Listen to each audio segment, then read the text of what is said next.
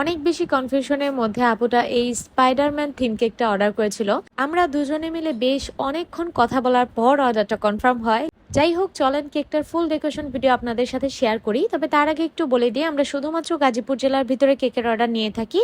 এমনকি গাজীপুর জেলা হওয়া সত্ত্বেও যদি আমাদের লোকেশন হতে আপনাদের লোকেশন খুব বেশি দূর হয়ে যায়, সেক্ষেত্রে আর কেকের অর্ডারটা রাখা হয় না। এবার চলেন ভিডিওর মূল টপিকটা নিয়ে কথা বলা যাক। তো এখানে কেকটা ছিল মূলত 1.5 পাউন্ডসের মধ্যে। আর এটা যেহেতু স্পাইডারম্যান থিম কেক, এখানে রেড কালার হলে বেশি ভালো হতো। বাট আপুকে আমি আগে থেকেই বলি যে আপু রেড কালার ক্রিমটা খেতে তেতো লাগবে, দ্যাটস ওয়াই আপু রেফারেন্স পিকচারে রেড কালার থাকা সত্ত্বেও আমাকে বলেছিলেন এরকম লাইট একটা পেস্ট কালার বা ব্লু কালার এই টাইপের মধ্যে যেন আমি কালারটা রাখি। তো সেই অনুযায়ী আমি আসলে কাজটা করছিলাম।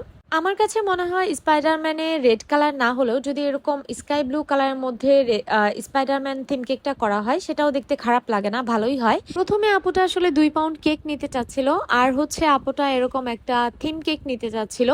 বাট আপুর বাজেট ইস্যু থাকায় আসলে আপুটা 2 পাউন্ড কেক নিতে পারেননি। তো আপুকে আমি বেশ অনেকগুলো ডিজাইন পাঠাই, আর আপু অনেকবার এটা নিব এটা নিব, এটা এভাবে করব এটা ওভাবে করব বলতেছিল। মানে আপু অনেক বেশি কনফিউশনের মধ্যে ছিল। আর যেহেতু হচ্ছে আপুর বাজেটের ব্যাপার আছে, প্লাস হচ্ছে বাবুটাও নাকি অনেক বেশি স্পাইডারম্যান পছন্দ করে, তো সেই দিকটাও আপুর একটা চিন্তা ছিল যে স্পাইডারম্যানই নিবে। কিন্তু বাজেট আর আপুর হচ্ছে কেক দুইটা ব্যাটে বলে মিল ছিল না। তো পরবর্তীতে অনেকক্ষণ ডিসিশন নেওয়ার পর আপুটা আমাকে বলে যেন আমি কেকটা 1.5 পাউন্ডের মধ্যে করে দেই।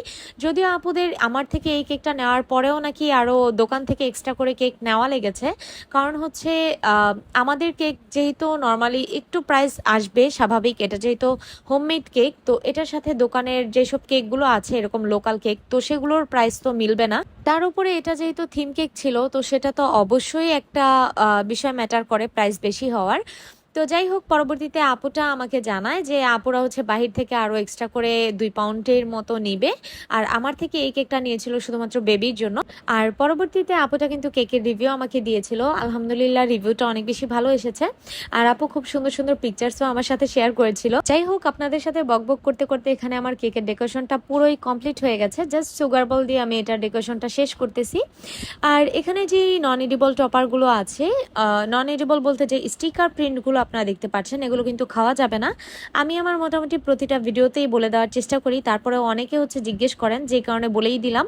তো এই তো আমার কেকের ডেকোরেশনটা কেমন লেগেছে অবশ্যই জানাবেন। আল্লাহ হাফিজ।